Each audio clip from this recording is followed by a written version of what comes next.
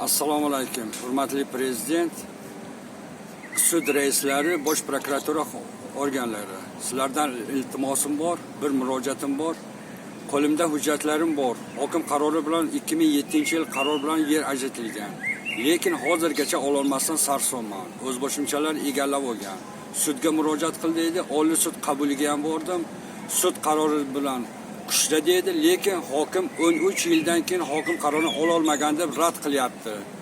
O'sha uchun menga amaliy yordam berishingizni so'rayman. Qo'limda hujjatlarim bor, sud qarorlarida yutib chiqaman. Orderim ham bor, umrbod egalik yerni huquqi bor menda. Lekin amalda ijroga chiqarmayapti. Lekin fuqarolar sudi, Oliy sudga murojaat qildim.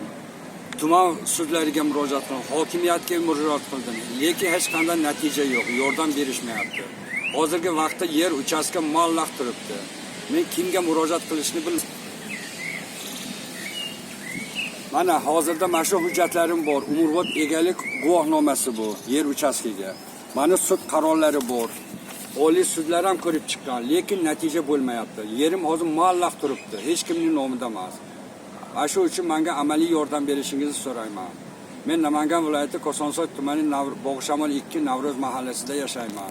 Hozirda men nafaqadaman. Hozirgi vaqtda qo'limda sud qarorlari, umrbod egalik guvohnomasi bor. Lekin o'sha yer uchastka meni nomimga chiqqan, guvohnoma o'sha yerga tasdiqlangan.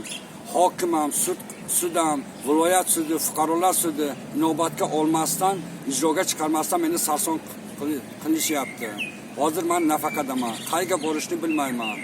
O'zimni sog'lig'imni yo'qotdim, mashina orqasidan yuguraverib, bormagan idoram, tashkilotim qolmadi. Menga amaliy yordam berishingizni so'rayman. Bo'ldim. Hammalarga rahmat, menga amaliy yordam berishingizni so'rayman.